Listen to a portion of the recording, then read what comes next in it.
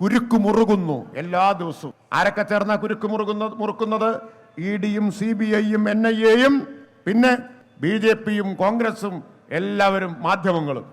രാത്രി 8 മണിക്കാണ് മാധ്യമങ്ങളുടെ മുറുക്കൽ തുടങ്ങുക. 8 മണിക്ക് തുടങ്ങിയാൽ 4-5 ആൾ വട്ടത്തിലിരുന്ന് കുരുക്ക് മുറുക്കാൻ തുടങ്ങും. എന്നിട്ട് ഇവരിങ്ങനെ എഴുതി കാണിക്കും, കുരുക്ക് മുറുകുന്നു. ജലീലിന് കുരുക്ക് മുറുകുന്നു ഒരു ദിവസം, വേറെ ദിവസം വേറെ ആളുടെ പേര് കുരുക്ക് മുറുകുന്നു. കുരുക്ക് മുറുക്കിയവരുടെ കൈ തഴമ്പിച്ചു എന്നല്ലാതെ ഒരു പോറലും കേരളത്തിൽ ഇടതുപക്ഷത്തെ ഏൽപ്പിക്കാൻ കഴിഞ്ഞോ? കഴിഞ്ഞില്ലല്ലോ. കേരളത്തിൽ ഇടതുപക്ഷ സർക്കാരിലെ ഏതെങ്കിലും ഒരു മന്ത്രിക്കെതിരായി ഒരു കേസെങ്കിലും കൊണ്ടുവരാൻ അവർക്ക് കഴിഞ്ഞോ? അപവാദം പറഞ്ഞ് പ്രചരിപ്പിച്ചു എന്നല്ലാതെ. എന്നിട്ട് അവർ നിർത്തിയോ? നിർത്തിയില്ല. പിന്നെന്തൊക്കെ പ്രചരിപ്പിച്ചു? ബിരിയാണി ചെമ്പിൽ സ്വർണം കടത്തി എന്ന് പ്രചരിപ്പിച്ചു, ഇല്ലേ? ഓർക്കുന്നില്ലേ? ബിരിയാണി ചെമ്പിൽ സ്വർണം കടത്തി, കൈതൊപ്പിലെ പായയിൽ പണം കെട്ടി പൊതിഞ്ഞു കൊണ്ടുപോയി. എന്തെല്ലാം അപവാദങ്ങളാണ് ഇവർ പറഞ്ഞു കൂട്ടിയിട്ടുള്ളത്. കയ്യും കണക്കുണ്ടോ? വല്ല കയ്യും കണക്കുണ്ടോ? അതെല്ലാം കഴിഞ്ഞു. ഇപ്പോ കോടതിയുടെ മുമ്പിൽ ഇഡിയും CBIയും നിന്ന് വേർക്കുകയാണ്. സുപ്രീം കോടതി ചോദിച്ചു, തെളിവിന്റെ കണിക പോലുമില്ലാതെ ഈ കീറക്കടലാസുമായിട്ട് നിങ്ങൾ എന്തിനാണ് ഇവിടെ വന്നിരിക്കുന്നത് എന്ന് ഇഡിയോട് ചോദിക്കുകയാണ്. മിണ്ടാട്ടമില്ല. അത് പൊളിഞ്ഞപ്പോ പിന്നെ പറഞ്ഞു കരുവന്നൂർ ബാങ്ക്, ഇല്ലേ? കരുവന്നൂർ ബാങ്ക്. കഴിഞ്ഞ ദിവസം ഹൈക്കോടതി ജാമ്യം അനുവദിച്ചുകൊണ്ട് പറഞ്ഞത് എന്താണ്? ഇഡി കൊണ്ടുവന്ന ഈ കുറ്റപത്രത്തിൽ പറയുന്നവരാരും കുറ്റം ചെയ്തതായിട്ട് തെളിവിന്റെ കണിക പോലുമില്ല, ഇനി ജയിലിലിടാൻ പറ്റില്ല എന്ന് പറഞ്ഞ് ജാമ്യം കൊടുത്ത് വിട്ടയച്ചില്ലേ? ജാമ്യം കൊടുത്ത് വിട്ടയച്ചില്ലേ? വാർത്ത വന്നോ? ജാമ്യം കൊടുത്തതിന്റെ വാർത്ത നിങ്ങൾ ആരെങ്കിലും കണ്ടോ? എത്ര കാലമാണ് ഇവർ ആഘോഷിച്ചത് കരുവന്നൂരിന്റെ വിഷയം? എത്ര കാലം ആഘോഷിച്ചു? അന്ന് ആഘോഷിച്ചവർ തെളിവിന്റെ കണികയില്ല എന്ന് പറഞ്ഞ് ജാമ്യം കൊടുത്തപ്പോ മിണ്ടാട്ടമില്ലാത്തവരായിട്ട് മാറി. എന്തുകൊണ്ടാണ് കമ്മ്യൂണിസ്റ്റ് പാർട്ടി മറ്റെല്ലാ പാർട്ടികളിൽ നിന്നും വ്യത്യസ്തമാണ് എന്ന് പറയുന്നത്? കമ്മ്യൂണിസ്റ്റ് പാർട്ടി മറ്റെല്ലാ പാർട്ടികളിൽ നിന്നും വ്യത്യസ്തമായ ഒരു ലക്ഷ്യം ഉയർത്തിപ്പിടിച്ച് ആ ലക്ഷ്യം യാഥാർത്ഥ്യമാക്കാൻ വേണ്ടി പ്രവർത്തിക്കുന്ന പാർട്ടി ആയതുകൊണ്ടാണ്. മറ്റെല്ലാവരും പ്രവർത്തിക്കുന്നത് എന്തിനു വേണ്ടിയാണ്? നിലവിലുള്ള സാമൂഹ്യ വ്യവസ്ഥയെ അതുപോലെ നിലനിർത്താനാണ്. ആ വ്യവസ്ഥയ്ക്കകത്ത് നിന്ന് അധികാരം നേടാൻ വേണ്ടിയാണ് മറ്റെല്ലാ പാർട്ടികളും മത്സരിക്കുന്നത്. അതുകൊണ്ട് മറ്റെല്ലാ പാർട്ടികളുടെയും പരമമായ ലക്ഷ്യം തെരഞ്ഞെടുപ്പിൽ മത്സരിക്കുക, ജയിക്കുക, കഴിയുമെങ്കിൽ അധികാരത്തിൽ വരിക എന്നതാണ്. കമ്മ്യൂണിസ്റ്റ് പാർട്ടിയും തെരഞ്ഞെടുപ്പിൽ മത്സരിക്കാറുണ്ട്, ചിലപ്പോൾ ജയിക്കാറുണ്ട്, അധികാരത്തിൽ വരാറുണ്ട്. പക്ഷെ ആത്യന്തിക ലക്ഷ്യം അതല്ല. എന്താണ് ആത്യന്തികമായ ലക്ഷ്യം? ആത്യന്തികമായ ലക്ഷ്യം നിലവിലുള്ള സാമൂഹിക വ്യവസ്ഥയെ ആകെ പുതുക്കിപ്പണിയുക എന്നതാണ്. അത് തെരഞ്ഞെടുപ്പിൽ ജയിച്ച് അധികാരത്തിൽ വന്നതുകൊണ്ട് മാത്രം കഴിയുമെന്ന് കരുതുന്ന പാർട്ടിയല്ല കമ്മ്യൂണിസ്റ്റ് പാർട്ടി. നിലനിൽക്കുന്ന സാമൂഹ്യ വ്യവസ്ഥയെ അടിമുടി പുതുക്കിപ്പണിയുക, അതിനാണ് വിപ്ലവം എന്ന് പറയുന്നത്. ഒരു പുതിയ സാമൂഹിക ക്രമം, കൂടുതൽ മെച്ചപ്പെട്ട ചൂഷണ വിമുക്തമായ ഒരു സാമൂഹ്യ ക്രമവും ജീവിതവും ജനങ്ങൾക്ക് നൽകാൻ പ്രവർത്തിക്കുന്ന പാർട്ടിയാണ്. വേറൊരു പ്രത്യേകത എന്താണെന്നറിയാം? കമ്മ്യൂണിസ്റ്റ് പാർട്ടി മല്ലപ്പള്ളിയിലോ പത്തനംതിട്ടയിലോ കേരളത്തിലോ ഇന്ത്യയിലോ മാത്രമല്ല, ലോകത്താകെയുള്ള പ്രസ്ഥാനത്തിന്റെ പേരാണ് കമ്മ്യൂണിസ്റ്റ് പാർട്ടി. ലോകത്തെല്ലായിടത്തുമുണ്ട്. ഒരു സാർവദേശീയമായ പ്രസ്ഥാനമാണ്. ലോകത്തെവിടെയെല്ലാം മനുഷ്യർ ചൂഷണം നേരിടുന്നുണ്ടോ, എവിടെയെല്ലാം അടിച്ചമർത്തപ്പെട്ട മനുഷ്യരുണ്ടോ, അവിടെയെല്ലാം ഉള്ള പ്രസ്ഥാനത്തിന്റെ പേരാണ് കമ്മ്യൂണിസ്റ്റ് പാർട്ടി എന്ന്. അവരെല്ലാം ഉയർത്തുന്ന കൊടിക്ക് ഒരേ നിറമാണ്, ചുവന്ന കൊടി. ഈ ഭൂഗോളത്തിന്റെ എല്ലാ മുക്കിലും മൂലയിലും നിങ്ങൾക്ക് കാണാൻ കഴിയും. എല്ലാ മുക്കിലും മൂലയിലും ഉണ്ട്. തൊഴിലാളികൾ എവിടെയെല്ലാം ഉണ്ടോ, പണിയെടുക്കുന്ന മനുഷ്യർ എവിടെയെല്ലാം ഉണ്ടോ, മർദ്ദിതരും ചൂഷിതരുമായ ജനങ്ങൾ എവിടെയെല്ലാം ഉണ്ടോ, അവിടെയെല്ലാം ഉണ്ട്. ലോകമാകെ ഒരു പ്രത്യയശാസ്ത്രത്തിന്റെ അടിസ്ഥാനത്തിൽ പ്രവർത്തിക്കുന്ന പാർട്ടിയാണ്. ഈ കാര്യങ്ങളൊക്കെ നമ്മൾ പറയണം. കാരണം ആളുകളുടെ ധാരണ എന്താന്ന് വെച്ചാൽ കുറെ പാർട്ടിയുണ്ട്, ആ പാർട്ടികളുടെ കൂട്ടത്തിലൊരു പാർട്ടി എന്ന് ധരിക്കുന്ന ചിലരിപ്പോഴുണ്ട്. അങ്ങനെയുള്ള എല്ലാ പാർട്ടികളുടെയും കൂട്ടത്തിലല്ല കമ്മ്യൂണിസ്റ്റ് പാർട്ടിയുടെ സ്ഥാനം. അതുപോലൊരു പാർട്ടിയല്ല എന്നത് ജനങ്ങളോട് പറയേണ്ട കാലമാണിത്. ഒരു പ്രത്യയശാസ്ത്രത്തിന്റെ അടിസ്ഥാനത്തിലാണ് പ്രവർത്തിക്കുന്നത്. ആ പ്രത്യയശാസ്ത്രമാണ് മാർക്സിസം ലെനിനിസം എന്നറിയപ്പെടുന്നത്. അതെന്തിന്റെ പ്രത്യയശാസ്ത്രമാണ്? സമൂഹത്തെ മോചിപ്പിക്കുന്നതിന്റെ പ്രത്യയശാസ്ത്രമാണ്, വിപ്ലവത്തിന്റെ പ്രത്യയശാസ്ത്രമാണ്. അതിനെ അടിസ്ഥാനപ്പെടുത്തി ലോകമാകെ കമ്മ്യൂണിസ്റ്റ് പാർട്ടികൾ പ്രവർത്തിക്കുന്നു. ഓരോ രാജ്യത്തെയും സാഹചര്യങ്ങൾക്കനുസരിച്ചാണ് അവിടെ പ്രവർത്തിക്കുക. റഷ്യയിൽ പ്രവർത്തിച്ചതുപോലെയല്ല ഇന്ത്യയിൽ പ്രവർത്തിക്കുക, അതുപോലെയല്ല ചൈനയിൽ പ്രവർത്തിക്കുക, അതുപോലെയല്ല ലാറ്റിൻ അമേരിക്കയിൽ പ്രവർത്തിക്കുക. ഓരോ സ്ഥലത്തെയും സാഹചര്യങ്ങൾക്കനുസരിച്ചാണ് പ്രവർത്തിക്കുക. പക്ഷെ ലക്ഷ്യം ഒന്നാണ്. എന്താണ് ലക്ഷ്യം? ലക്ഷ്യം ചൂഷിത ജനതയുടെ മോചനം എന്നതാണ്. ചൂഷണമില്ലാത്ത സാമൂഹിക വ്യവസ്ഥ എന്നതാണ്. ഉള്ളവനും ഇല്ലാത്തവനും എന്ന വേർതിരിവില്ലാത്ത സാമൂഹിക ക്രമം എന്നതാണ്. അതിനൊരുപാട് കാലങ്ങളെടുക്കും, ഒരുപാട് കാലമെടുക്കും. പക്ഷേ അതുവരെ എന്നാ പിന്നെ വേറൊന്നും വേണ്ട എന്നുള്ളതല്ല. ആ ലക്ഷ്യത്തിലേക്കുള്ള പ്രയാണത്തിൽ മനുഷ്യരുടെ ജീവിതം മെച്ചപ്പെടുത്താൻ ഉതകുന്ന കാര്യങ്ങൾ, ചെറുതും വലുതുമായ കാര്യങ്ങൾ ചെയ്യുക. അതാണ് കേരളത്തിൽ ചെയ്തത്. 57-ൽ കമ്മ്യൂണിസ്റ്റ് പാർട്ടി അധികാരത്തിൽ വന്നപ്പോ വിപ്ലവം നടന്നിട്ടല്ല അധികാരത്തിൽ വന്നത്, ഇലക്ഷനിലൂടെയാണ് വന്നത്. EMSന്റെ ഗവൺമെന്റ് അധികാരത്തിൽ വന്നപ്പോ ചെയ്തത് എന്താണ്? കുടിയൊഴിപ്പിക്കൽ നിരോധിച്ചു, ഭൂപരിഷ്കരണം നടപ്പിലാക്കി, വിദ്യാഭ്യാസ പരിഷ്കരണം നടപ്പിലാക്കി. അത് ഈ കേരളത്തെയാകെ മാറ്റിത്തീർത്തു. അതുകൊണ്ടാണ് ഇപ്പോ ഇന്ത്യയിലെ മുഴുവൻ കുട്ടികളും സ്കൂളിൽ പോകുന്ന നാടായിട്ട് കേരളം എന്നോ മാറിയത്. എന്തുകൊണ്ടാണ് മറ്റൊരിടത്തും അങ്ങനെ ഇല്ലാത്തത്? കമ്മ്യൂണിസ്റ്റ് പാർട്ടി 57-ൽ അധികാരത്തിൽ വന്നതുകൊണ്ടാണ്. അതുകൊണ്ടാണ് ലക്ഷക്കണക്കിന് 39 ലക്ഷം പേർക്കാണ് ഭൂമി കിട്ടിയത്. ഭൂമിയുടെ ഉടമസ്ഥത കുറച്ചാളുകളിൽ മാത്രമുണ്ടായിരുന്നത് വികേന്ദ്രീകരിച്ചു. എല്ലാവർക്കും ഭൂമി കിട്ടി, ജീവിതം മാറി. തലവര മാറ്റിമറിക്കാൻ കഴിയാത്തതാണ് എന്ന ധാരണ കമ്മ്യൂണിസ്റ്റുകാർ മാറ്റി തീർത്തു. പണ്ട് സഖാവ് ശിവദാസ മേനോൻ ഒരു ഉദാഹരണം പറയും. തലവര മാറ്റിമറിക്കാൻ കഴിയാത്തതാണ് എന്നായിരുന്നു ധാരണ. പക്ഷേ EMSന്റെ ഗവൺമെന്റ് വന്ന് ഭൂപരിഷ്കരണം നടപ്പാക്കിയപ്പോൾ ഒരാൾക്ക് പരമാവധി കൈവശം വയ്ക്കാവുന്ന ഭൂമി 15 ഏക്കറായി നിജം. ശിവദാസ് മേനോൻ പറയും എല്ലാവരുടെയും തലയിൽ 15 എത്തി, അതിനപ്പുറം കൈവശം വയ്ക്കാൻ പറ്റില്ല. അപ്പൊ ഭൂപരിഷ്കരണം വഴി, വിദ്യാഭ്യാസ പരിഷ്കരണം വഴി, പിന്നീട് ഇടതുപക്ഷ ഗവൺമെന്റുകൾ ഇവിടെ വന്നപ്പോൾ നടപ്പാക്കിയ ജനകീയാസൂത്രണം വഴി, സാക്ഷരതാ പ്രസ്ഥാനം വഴി ഇന്ത്യയിൽ ഏറ്റവും മെച്ചപ്പെട്ട ജീവിതയോഗ്യമായ സംസ്ഥാനമാക്കി കേരളത്തെ മാറ്റി. അപ്പൊ ഒരേ സമയം സാമൂഹികമായ മോചനത്തിന് വേണ്ടി പ്രവർത്തിക്കുകയും അതോടൊപ്പം ജനങ്ങളുടെ ജീവിതത്തെ മെച്ചപ്പെടുത്താനുള്ള താൽക്കാലികമായി ചെയ്യാവുന്ന എല്ലാ നടപടികളും സ്വീകരിക്കുകയും ചെയ്തുകൊണ്ടാണ് കേരളത്തിലും ലോകത്തെല്ലായിടത്തും കമ്മ്യൂണിസ്റ്റുകാർ അധികാരത്തിൽ അല്ലെങ്കിൽ പ്രവർത്തിക്കുന്നത്. അധികാരത്തിലാണെങ്കിലും പുറത്താണെങ്കിലും പ്രവർത്തിക്കുന്നത് അങ്ങനെയാണ്. എപ്പോഴും കമ്മ്യൂണിസ്റ്റുകാർ എല്ലായിടത്തും തെരഞ്ഞെടുപ്പിൽ ജയിച്ച് അധികാരത്തിലിരിക്കുന്നവരല്ല. ഇലക്ഷനിൽ മത്സരിക്കും, ചിലപ്പോൾ ജയിക്കും, ചിലപ്പോൾ തോൽക്കും. ജയിച്ചാലും തോറ്റാലും കമ്മ്യൂണിസ്റ്റുകാർ ജനങ്ങൾക്കിടയിൽ പ്രവർത്തിച്ചുകൊണ്ടേയിരിക്കും. അതാണ് വ്യത്യാസം. ഇപ്പൊ ലോകമാകെ ചൂഷണത്തിനെതിരായിട്ടുള്ള പോരാട്ടത്തിന് നേതൃത്വം കൊടുക്കുന്നവരാണ് കമ്മ്യൂണിസ്റ്റുകാർ. ലോകത്തെല്ലായിടത്തും. അതിൽ ചില സന്ദർഭങ്ങളിൽ വിജയമുണ്ടാവും, ചിലപ്പോൾ വലിയ മുന്നേറ്റങ്ങൾ ഉണ്ടാകും, ചിലപ്പോൾ തിരിച്ചടികൾ ഉണ്ടാവും. തിരിച്ചടി ഉണ്ടായാൽ കൊടിയും മടക്കി ചുരുട്ടി തിരിച്ചു പോകുന്ന പ്രസ്ഥാനത്തിന്റെ പേരല്ല കമ്മ്യൂണിസ്റ്റ് പാർട്ടി എന്നത്. ആ തിരിച്ചടികളുടെ പാഠങ്ങൾ ഉൾക്കൊണ്ടുകൊണ്ട് എന്തുകൊണ്ട് തിരിച്ചടി ഉണ്ടായി, അതെങ്ങനെ തിരുത്താം, എങ്ങനെ മുന്നോട്ട് പോകാം, ഈ സമ്മേളനങ്ങളൊക്കെ ചർച്ച ചെയ്യുന്നത് അത്തരം കാര്യങ്ങളാണ്. ലോകമാകെ കമ്മ്യൂണിസ്റ്റുകാരുടെ രീതി അതാണ്. ആ തിരിച്ചടികളിൽ നിന്നുള്ള പാഠങ്ങൾ ഉൾക്കൊണ്ടുകൊണ്ട് കൂടുതൽ കരുത്തോടെ മുന്നേറാൻ ശ്രമിച്ചുകൊണ്ടേയിരിക്കും. കേരളത്തിലെ മാധ്യമങ്ങളും പ്രതിപക്ഷവും പറഞ്ഞത് എന്താണ്? കേരളം ശ്രീലങ്കയാവും. പക്ഷെ സംഭവിച്ചത് എന്താ? ശ്രീലങ്ക കേരളമായി മാറി. ശ്രീലങ്ക കേരളമായി മാറുകയാണ് ഉണ്ടായത്. കേരളത്തിൽ കമ്മ്യൂണിസ്റ്റുകാർ അധികാരത്തിലിരിക്കുന്നത് പോലെ ചരിത്രത്തിൽ ആദ്യമായി ശ്രീലങ്കയിൽ കമ്മ്യൂണിസ്റ്റുകാർ അധികാരത്തിൽ വന്ന കാഴ്ചയാണ് ഇപ്പൊ നമ്മൾ കണ്ടത്. എന്താണ് അതിന്റെ കാരണം? ആ ജനങ്ങളുടെ സമരത്തിന്റെ മുമ്പിൽ നിന്നത് കമ്മ്യൂണിസ്റ്റ് പാർട്ടിയാണ് എന്നതാണ്. വിലക്കയറ്റത്തിനും അഴിമതിക്കും ദുർഭരണത്തിനുമെതിരായിട്ടുള്ള അലയടിച്ചുയർന്ന പോരാട്ടങ്ങളുടെ മുമ്പിൽ അടിയുറച്ചു നിന്ന പ്രസ്ഥാനത്തിന്റെ പേര് കമ്മ്യൂണിസ്റ്റ് പാർട്ടി എന്നതാണ്. അതുകൊണ്ടാണ് വെറും 3 സീറ്റിന്റെ ഉണ്ടായിരുന്ന അവസ്ഥയിൽ നിന്ന് 189 സീറ്റിലേക്ക് പാർലമെന്റിൽ വളർന്നത്. വെറും 3% വോട്ടിൽ നിന്ന് 56% വോട്ടിലേക്ക് വർദ്ധിച്ചത്. പണ്ട് ലെനിൻ പറഞ്ഞിട്ടുണ്ട്, അനേകം പതിറ്റാണ്ടുകൾ ഒന്നും സംഭവിക്കാതെ കടന്നു പോയേക്കാം, പക്ഷേ ഏതാനും ആഴ്ചകൾ കൊണ്ട് പതിറ്റാണ്ടുകളുടെ സംഭവങ്ങൾ ഉണ്ടായേക്കാം. ശ്രീലങ്കയിൽ ഏതാനും ആഴ്ചകൾ കൊണ്ട് പതിറ്റാണ്ടുകളുടെ മാറ്റമാണ് ഉണ്ടായത്.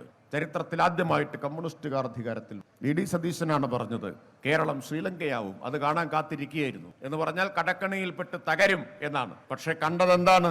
ശ്രീലങ്ക കേരളമാവുന്നത് കാണും. അപ്പൊ ലോകത്തെല്ലായിടത്തും ഇതുപോലെ കമ്മ്യൂണിസ്റ്റുകാർ പോരാടിക്കൊണ്ടിരിക്കുകയാണ്. ആ പോരാട്ടത്തിൽ ശ്രീലങ്കയിൽ ഉണ്ടായതുപോലുള്ള വിജയങ്ങൾ ഉണ്ടാവും, ചിലയിടത്തോ തിരിച്ചടികൾ ഉണ്ടാവും. വിജയിച്ചാൽ അതിൽ മതിമറക്കുകയും തിരിച്ചടി ഉണ്ടായാൽ ക്ഷീണിച്ചു പോവുകയും ചെയ്യുന്ന കൂട്ടരല്ല കമ്മ്യൂണിസ്റ്റ് പാർട്ടി എന്ന് നമ്മൾ കാണണം. ഇന്ത്യയിൽ CPIM ഇടതുപക്ഷത്തിനും ഇന്ന് വളരെ പ്രധാനപ്പെട്ട ചുമതലകൾ നിർവഹിക്കാനുണ്ട്. വളരെ വലിയ ഉത്തരവാദിത്തങ്ങൾ ഇന്ന് നിർവഹിക്കാനുണ്ട്. കഴിഞ്ഞ 10 കൊല്ലമായി ഇന്ത്യയിൽ അധികാരത്തിലിരിക്കുന്നത് BJPയുടെ നേതൃത്വത്തിലുള്ള ഗവൺമെന്റാണ്. 2014-ൽ മോദിയുടെ ഗവൺമെന്റ് ആദ്യം വന്നപ്പോൾ അന്ന് നമ്മൾ പറഞ്ഞു, ഒരു ഗവൺമെന്റിന്റെ മാറ്റമല്ല ഉണ്ടാവുന്നത്, വെറും ഒരു ഗവൺമെന്റ് അല്ല മാറുന്നത്. പകരം എന്താണ് സംഭവിക്കുന്നത്? ഇന്ത്യ ഒരു മതരാഷ്ട്രത്തിലേക്ക് മാറുന്നതിന്റെ തുടക്കമാണ് ഈ തെരഞ്ഞെടുപ്പ് 2014-ൽ. അന്ന് ഇന്ത്യയുടെ ചരിത്രത്തിലാദ്യമായി BJPക്ക് ഒറ്റയ്ക്ക് ഭൂരിപക്ഷം കിട്ടിയ തെരഞ്ഞെടുപ്പാണ്. BJPക്ക് ഒറ്റയ്ക്ക് ഭൂരിപക്ഷം കിട്ടുക എന്ന് പറഞ്ഞാലോ, BJPയും വെറുമൊരു രാഷ്ട്രീയ പാർട്ടിയല്ല കേട്ടോ. നമ്മുടെ നാട്ടിലുള്ള എല്ലാ പാർട്ടികളെയും പോലെ ഒരു പാർട്ടിയല്ല. BJPയുടെ പ്രത്യേകത എന്താ? BJPക്ക് ഒരു രക്ഷാകർത്താവുണ്ട്. BJPയെ നിയന്ത്രിക്കുന്ന വേറൊരു കൂട്ടരുണ്ട്. അതാരാണ്? അതാണ് RSS. അപ്പൊ RSSന്റെ നിയന്ത്രണത്തിൽ നിൽക്കുന്ന പാർട്ടിയാണ് BJP. RSSന്റെ രാഷ്ട്രീയ മുഖമാണ് BJP. RSSന്റെ ലക്ഷ്യം ഇന്ത്യയെ മതരാഷ്ട്രമാക്കി മാറ്റുക എന്നതാണ്. അതുകൊണ്ട് CPIM പറഞ്ഞു, RSSന്റെ നിയന്ത്രണത്തിലുള്ള BJPക്ക് ഒറ്റയ്ക്ക് ഭൂരിപക്ഷം കിട്ടിയതോടെ ഇന്ത്യ ഒരു മതരാഷ്ട്രമായി മാറുന്നതിന്റെ ആപത്താണ് ഇപ്പോൾ ഉണ്ടായിരിക്കുന്നത്. 2019 തെരഞ്ഞെടുപ്പ് നടന്നു. കൂടുതൽ വോട്ടും കൂടുതൽ സീറ്റും വാങ്ങി BJP അധികാരം നിലനിർത്തി. ഇന്ത്യയെ മതരാഷ്ട്രമാക്കി മാറ്റാൻ വേണ്ടിയിട്ടുള്ള പ്രവർത്തനങ്ങൾക്ക് ആക്കം കൂട്ടി. ന്യൂനപക്ഷങ്ങൾക്ക് നേരെയുള്ള ആക്രമണങ്ങൾ ശക്തിപ്പെടുത്തി. ഭരണകൂടത്തിന്റെ എല്ലാ സംവിധാനങ്ങളെയും സന്നാഹങ്ങളെയും ഒരു മതരാഷ്ട്ര നിർമ്മിതിക്ക് വേണ്ടി ഉപയോഗിച്ചു. വിദ്യാഭ്യാസത്തെ പൂർണ്ണമായി വർഗീയവൽക്കരിച്ചു. ജുഡീഷ്യറിയിൽ വരെ സ്വാധീനം ചെലുത്താൻ ഇടപെടാനുള്ള ശ്രമങ്ങളുണ്ടായി. എല്ലാ തരത്തിലും രാജ്യത്തിന്റെ അധികാരം ഉപയോഗിച്ച്, ഭരണ സംവിധാനത്തെ ഉപയോഗിച്ച് ഒരു മതരാഷ്ട്രം കെട്ടിപ്പടുക്കാനുള്ള. അതാ ഇന്നിപ്പോ ഒരു ജഡ്ജി പറഞ്ഞിട്ട്, ഭൂരിപക്ഷത്തിന്റെ ഇംഗിതം എന്താണോ അതനുസരിച്ച് ഇന്ത്യ ഭരിക്കും എന്നാണ്. അത് ഭരണഘടനയ്ക്കെതിരാണ്, മതനിരപേക്ഷതയ്ക്കെതിരാണ്, അത് വിദ്വേഷ പരാമർശമാണ്. ഭൂരിപക്ഷത്തിന്റെ ഇംഗിതമനുസരിച്ചല്ല ഒരു രാജ്യം പോവുക, ഭരണഘടനയനുസരിച്ചാണ് രാജ്യം പ്രവർത്തിക്കുക.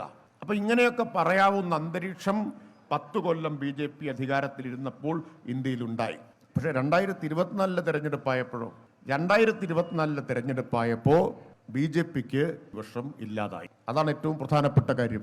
ഒറ്റയ്ക്ക് ഭൂരിപക്ഷം ഉണ്ടായിരുന്ന BJP കൂടുതൽ വോട്ടും സീറ്റും നേടി 2019 അധികാരം നിലനിർത്തിയ BJP 2024 ഒറ്റയ്ക്ക് ഭൂരിപക്ഷമില്ലാത്ത അവസ്ഥയിലായി. ഇപ്പൊ ചന്ദ്രബാബു നായിഡുവിന്റെയും നിതീഷ് കുമാറിന്റെയും എല്ലാം ഔദാര്യത്തിലാണ് മോദി ഇന്ത്യയുടെ പ്രധാനമന്ത്രിയായിട്ടിരിക്കുന്നത്. അവർ പിന്തുണ പിൻവലിച്ചാൽ മോദി ഗവൺമെന്റ് അപ്പോൾ താഴെ വീഴും. 62 സീറ്റാണ് BJPക്ക് മാത്രം കുറഞ്ഞത് കഴിഞ്ഞ ലോക്സഭാ തെരഞ്ഞെടുപ്പിൽ. എന്തായിരുന്നു BJPയുടെ മുദ്രാവാക്യം എന്ന് ഓർമ്മയുണ്ടോ? അബ്കി ബാർ 400 പാർ എന്നാണ്. എന്ന് പറഞ്ഞാൽ ഇപ്രാവശ്യം 400 മുകളിൽ, അതായിരുന്നു സീറ്റ്. 400 മുകളിൽ സീറ്റ് നേടും എന്ന് അഹങ്കരിച്ച BJPയുടെ സീറ്റ് 227 എത്തിക്കാൻ, ഒറ്റയ്ക്ക് ഭൂരിപക്ഷമില്ലാത്ത നിലയിലേക്ക് എത്തിക്കാൻ കഴിഞ്ഞു. എങ്ങനെയാണത് സാധ്യമായത്? അതിൽ ഏറ്റവും പ്രധാനപ്പെട്ട ഒരു പങ്ക് വഹിച്ചത് ഇന്ത്യയിൽ ഇടതുപക്ഷമാണ് എന്ന് നമുക്ക് അഭിമാനത്തോടു കൂടി തന്നെ പറയാൻ കഴിയും. വെറുതെ പറയുന്നതല്ല, സീറ്റിന്റെ മാത്രം എണ്ണത്തിന്റെ അടിസ്ഥാനത്തിലല്ല. ഇന്ത്യയിൽ ഇടതുപക്ഷത്തിന്റെ ദേശീയ രാഷ്ട്രീയത്തിലെ പങ്ക് അംഗബലം കൊണ്ട് മാത്രം അളക്കാവുന്നതല്ല, സീറ്റിന്റെ മാത്രം എണ്ണം കൊണ്ട് അളക്കാവുന്നതല്ല. എവിടെ നിന്നൊക്കെയാ BJPക്ക് പോയത്? 3 മാസം മുമ്പ്, പാർലമെന്റ് തെരഞ്ഞെടുപ്പ് നടക്കുന്നതിന്റെ 3 മാസം മുമ്പ് നിയമസഭാ തെരഞ്ഞെടുപ്പിൽ BJP ജയിച്ച രാജസ്ഥാനിൽ പാർലമെന്റ് തെരഞ്ഞെടുപ്പിൽ BJPക്ക് നഷ്ടപ്പെട്ടത് 12 സീറ്റാണ്. രാജസ്ഥാനിലെ മുഴുവൻ സീറ്റും ജയിച്ച് കഴിഞ്ഞ തെരഞ്ഞെടുപ്പിൽ വന്ന BJPക്ക് 12 സീറ്റ് നഷ്ടപ്പെട്ടു. പിന്നെ BJPക്ക് ഏറ്റവും വലിയ തിരിച്ചടി ഉണ്ടായ സ്ഥലം എവിടെയാണ്? ഹരിയാനയാണ്. വലിയ തിരിച്ചടി ഉണ്ടായി. വേറൊരു സ്ഥലം എവിടെയാണ്? പഞ്ചാബാണ്. പിന്നെ തിരിച്ചടി ഉണ്ടായത് എവിടെ? ഉത്തർപ്രദേശ്. എന്താണ് ഈ സ്ഥലങ്ങളുടെ പ്രത്യേകത? ഇന്ത്യയിൽ അലയടിച്ചുയർന്ന കർഷക പ്രക്ഷോഭത്തിന്റെ സമര ശിരാകേന്ദ്രങ്ങളായിരുന്നു രാജസ്ഥാനും പഞ്ചാബും UPയും അതുപോലെ ഹരിയാനയും എല്ലാം എന്നതാണ്. ആരാണ് ആ സമരങ്ങൾക്ക് നേതൃത്വം കൊടുത്തത്? പാർലമെന്റിലെ മൃഗീയമായ ഭൂരിപക്ഷത്തിന്റെ ഹുങ്കിൽ 3 കാർഷിക നിയമങ്ങൾ പാസാക്കിയെടുത്ത് ഇന്ത്യയിലെ കർഷകരെ മുഴുവൻ കോർപ്പറേറ്റ് ചൂഷണത്തിന് എറിഞ്ഞുകൊടുക്കാനുള്ള BJPയുടെ ധാർഷ്ട്യത്തെ ചെറുത്തത് കർഷകരാണ്. ആ കർഷകരെല്ലാം ഉയർത്തിച്ച കൊടി ചുവന്ന കൊടിയായിരുന്നു എന്ന് നാം ഓർമ്മിക്കണം. കിസാൻ സഭ കർഷക സംഘത്തിന്റെ നേതൃത്വത്തിലാണ് ആ സമരം നടന്നത്.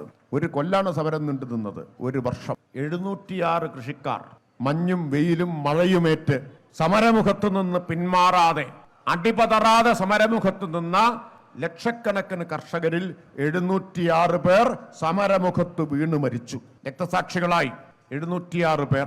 എന്നിട്ടും സമരം അവസാനിച്ചില്ല. പാർലമെന്റിലെ ഭൂരിപക്ഷം കൊണ്ട് എന്തും ചെയ്യാനാവില്ല എന്ന് മോദി ഗവൺമെന്റിനെ കർഷകർ പഠിപ്പിച്ചു. ആ 3 സമരങ്ങളും പിൻവലിച്ച ശേഷം, 3 നിയമങ്ങളും പിൻവലിച്ച ശേഷമാണ് കർഷകരുടെ സമരം അവസാനിച്ചത്. ആ കർഷക സമരമാണ് ഇന്ത്യയുടെ ഹിന്ദി ഹൃദയഭൂമിയിൽ ബി ജെ പിക്കെതിരായിട്ടുള്ള ജനവികാരം ആ കർഷകരുടെ സമരമാണ്. അതിന്റെ ഗുണം പൂർണ്ണമായിട്ട് ഇടതുപക്ഷത്തിന് കിട്ടിക്കാണില്ല. പക്ഷെ ബി ജെ പിക്കെതിരായിട്ടുള്ള ശക്തികൾക്ക് അങ്ങനെയാണ് രാജസ്ഥാനിൽ ബി ജെ പിയുടെ സീറ്റ് പകുതിയായി കുറഞ്ഞത്. ഹരിയാനയിൽ കനത്ത തിരിച്ചടി ബി ജെ പിക്ക് ഉണ്ടായത്. പഞ്ചാബിലും പടിഞ്ഞാറൻ യു പിയിലും വലിയ തിരിച്ചടി ബി ജെ പിക്ക് ഉണ്ടായത്. അപ്പോഴാണ് ബി ജെ പിക്ക് ഒറ്റയ്ക്കുണ്ടായിരുന്ന ഭൂരിപക്ഷം ഇല്ലാതായത്. അതാണ് ഇടതുപക്ഷത്തിന്റെ പങ്ക് എന്ന് പറഞ്ഞാൽ. 1989 ശേഷം ആദ്യമായി ഉത്തരേന്ത്യയിൽ ഒരു ചെങ്കൊടി ഉയർന്നു ഈ തെരഞ്ഞെടുപ്പിൽ. ആ കർഷക സമരത്തിന്റെ നേതാവായ സഖാവ് അമ്രാറാം രാജസ്ഥാനിലെ സിക്കർ മണ്ഡലത്തിൽ നിന്ന് തെരഞ്ഞെടുക്കപ്പെട്ട് ഒരു തനി ഇന്ത്യൻ കർഷകനെ പോലെ തലയിൽ തലപ്പാവും ചുറ്റി കമ്മ്യൂണിസ്റ്റുകാരനായിട്ടുള്ള അമ്രാറാം ഇന്ത്യൻ പാർലമെന്റിലേക്ക് കടന്നു വന്നു ഈ തെരഞ്ഞെടുപ്പിൽ. അതാണ് പ്രത്യേകത. ആദ്യമായിട്ട് 89 അവസാനം ഒരു ഉത്തരേന്ത്യൻ സംസ്ഥാനത്ത് സീറ്റ് CPIM കിട്ടുന്നത്. അത് സഖാവ് സുഭാഷിണി അലി ഉത്തർപ്രദേശിലെ കാൺപൂരിൽ ജയിച്ചതാണ്. കൊല്ലത്രയായി 35 കൊല്ലായി. 35 കൊല്ലത്തിനിടയിൽ ഉത്തരേന്ത്യയിൽ ഒരു സീറ്റ് പാർലമെന്റിൽ ഇടതുപക്ഷത്തിന് ജയിക്കാൻ പറ്റിയിട്ടില്ല. പക്ഷേ ഈ തെരഞ്ഞെടുപ്പിൽ ഉത്തരേന്ത്യൻ ഹൃദയഭൂമിയിൽ നിന്ന് രാജസ്ഥാനിൽ നിന്നൊരു കമ്മ്യൂണിസ്റ്റുകാരൻ ഇന്ത്യൻ പാർലമെന്റിലെത്തി. ഈ കർഷക സമരത്തിന്റെ നേതാവായ സഖാവ് അമ്രാറാം. അപ്പൊ ഇടതുപക്ഷത്തിന്റെ പങ്ക് കിട്ടുന്ന സീറ്റിന്റെ മാത്രം എണ്ണത്തിന്റെ അടിസ്ഥാനത്തിലല്ല, ജനങ്ങളെയാകെ സമരമുഖത്ത് അണിനിരത്തിയതിന്റെ അടിസ്ഥാനത്തിൽ വേണം വിലയിരുത്താൻ. അത് കഴിഞ്ഞ് ഇപ്പൊ നിയമസഭയിലേക്ക് തെരഞ്ഞെടുപ്പ് നടന്നു. പാർലമെന്റ് തെരഞ്ഞെടുപ്പ് കഴിഞ്ഞ് 6 മാസമല്ലേ ആയിട്ടുള്ളൂ. നിയമസഭയിലേക്ക് തെരഞ്ഞെടുപ്പ് നടന്നു. ഹരിയാനയിൽ തെരഞ്ഞെടുപ്പ് നടന്നു. എന്തുണ്ടായി? കോൺഗ്രസ് തകർന്നു തരിപ്പണമായി. ബി ജെ പി തിരിച്ചു വന്നില്ലേ? ബി ജെ പി തിരിച്ചു വന്നു. 6 മാസം മുമ്പ് തോറ്റ ബി ജെ പി തിരിച്ചെത്തി അധികാരത്തിൽ. എന്താ കാരണം?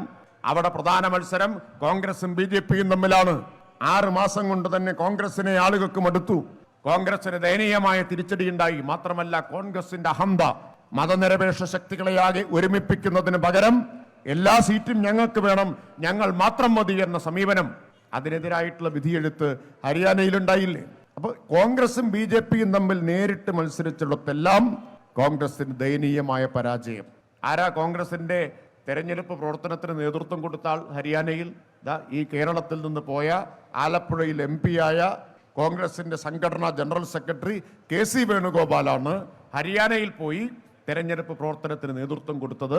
ഹരിയാന ബി ജെ പിക്ക് ഏൽപ്പിച്ചു കൊടുത്ത് വേണുഗോപാൽ സമാധാനത്തോടെ. അത് കഴിഞ്ഞ് തെരഞ്ഞെടുപ്പ് നടന്ന സ്ഥലം ഏതാണ്? മഹാരാഷ്ട്രയാണ്. മഹാരാഷ്ട്രയിൽ ആർക്കായിരുന്നു തെരഞ്ഞെടുപ്പിന്റെ ചുമതല? കോൺഗ്രസിന്റെ ചുമതല നമ്മുടെ രമേശ് ചെന്നിത്തല നല്ല കുപ്പായൊക്കെ ഇട്ട് കുളിച്ചൊരുങ്ങി മഹാരാഷ്ട്രയിൽ പോയി.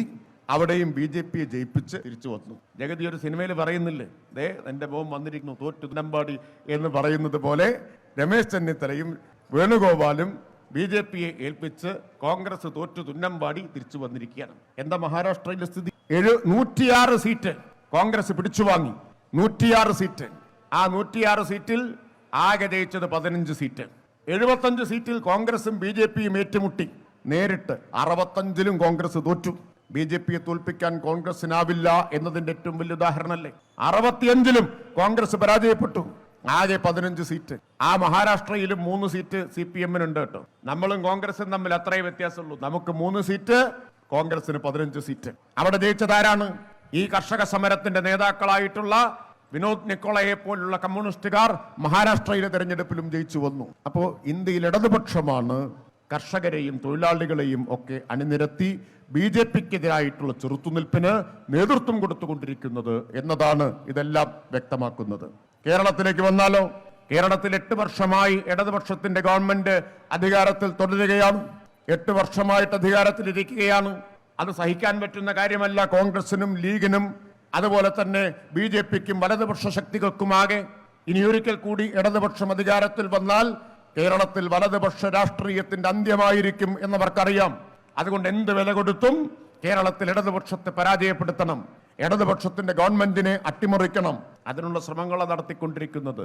ഒരു ഭാഗത്ത് ബി ജെ പിയുടെ കേന്ദ്ര ഗവൺമെന്റ് കേരളത്തെ ശ്വാസം മുട്ടിച്ചുകൊണ്ടിരിക്കുകയാണ്, പണം തരാതെ ശ്വാസം മുട്ടിച്ചുകൊണ്ടിരിക്കുകയാണ്. നിങ്ങൾക്കറിയാമോ, ഇന്ത്യയുടെ ചരിത്രത്തിൽ ആദ്യമായി ഒരു സംസ്ഥാനത്തിന് ഇന്ത്യ ഗവൺമെന്റിനെതിരെ സുപ്രീം കോടതിയിൽ കേസ് കൊടുക്കേണ്ടി വന്നിരിക്കും. ഒരു സംസ്ഥാനത്തിന് ചരിത്രത്തിൽ ആദ്യമായി ഇന്ത്യ ഗവൺമെന്റിനെതിരെ കേസ് കൊടുക്കേണ്ടി വന്നു. എന്തിനാ കേസ് കൊടുത്തത്? കേരളം നമുക്ക് നൽകേണ്ട നികുതി വിഹിതം നൽകുന്നില്ല, നമ്മളെ വായ്പയെടുക്കാൻ അനുവദിക്കുന്നില്ല, സാമ്പത്തികമായി ശ്വാസം മുട്ടിച്ചുകൊണ്ടിരിക്കുകയാണ്. എന്താണ് ശ്വാസം മുട്ടിക്കുന്നതിന്റെ കാരണം?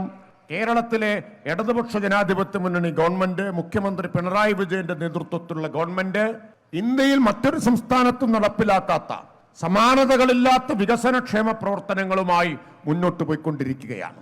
ആ വികസനക്ഷേമ പ്രവർത്തനങ്ങളെ തകർത്താൽ മാത്രമേ, അതിനെ തച്ചുടച്ചാൽ മാത്രമേ കേരളത്തിൽ ഇടതുപക്ഷത്തെ പരാജയപ്പെടുത്താൻ കഴിയൂ. ആ വികസനക്ഷേമ പ്രവർത്തനങ്ങളെ തകർക്കണമെങ്കിലോ ഈ ഗവൺമെന്റിനെ സാമ്പത്തികമായി ശ്വാസം മുട്ടിക്കണം. അതാ ചെയ്തുകൊണ്ടിരിക്കുന്നത്. 4,22,000 വീടാണ് ഈ കേരളം ഈ കാലത്തിനിടയിൽ വെച്ചു കൊടുത്തത്. 4,22,000 വീട് സംസ്ഥാന സർക്കാർ നിർമ്മിച്ചു കൊടുത്ത ലൈഫ് ഭവന പദ്ധതിക്ക് കീഴിൽ ഒരു വീടിന് കൊടുക്കുന്ന പൈസ 4 ലക്ഷം രൂപ. ഒരു വീടിന് 4 ലക്ഷം. എത്രയാ കേന്ദ്ര ഗവൺമെന്റ് മോഡി കൊടുക്കുന്ന പൈസ? PMAY ഗ്രാമീൺ എത്രയാ കൊടുക്കുന്നത്? 72,000 രൂപ. 72,000 രൂപ. കേരളത്തിൽ എത്ര പേർക്കാണ് 72,000 രൂപ കിട്ടിയത്? 33,989 പേർക്ക്. കൃത്യം കണക്കാണ്. 33,989 പേർക്ക്. നമ്മൾ എത്ര കൊടുക്കുന്നത്? 4 ലക്ഷം. എത്ര പേർക്ക് കൊടുത്തു? 4,22,000 പേർക്ക് വീട് പണി പൂർത്തിയാക്കി. 5,18,000 പേർ എഗ്രിമെന്റ് വെച്ചു. 5,18,000 പേർ. നിങ്ങൾ ആലോചിച്ച് നോക്കണം, 72,000 ഉറുപ്പ്യ കൊണ്ട് കേരളത്തിൽ ഒരു കോഴിക്കോട് വെക്കാം. വീട് പോയിട്ട് കോഴിക്കോട് വെക്കാൻ പറ്റൂ? കഴിഞ്ഞ ദിവസം എന്റെ മുമ്പിൽ കോഴിക്കോട്ട് ഒരു പഞ്ചായത്തിന്റെ ഒരു പദ്ധതി അനുമതിക്കായിട്ട് വന്നു. എന്താ പദ്ധതി എന്നറിയോ?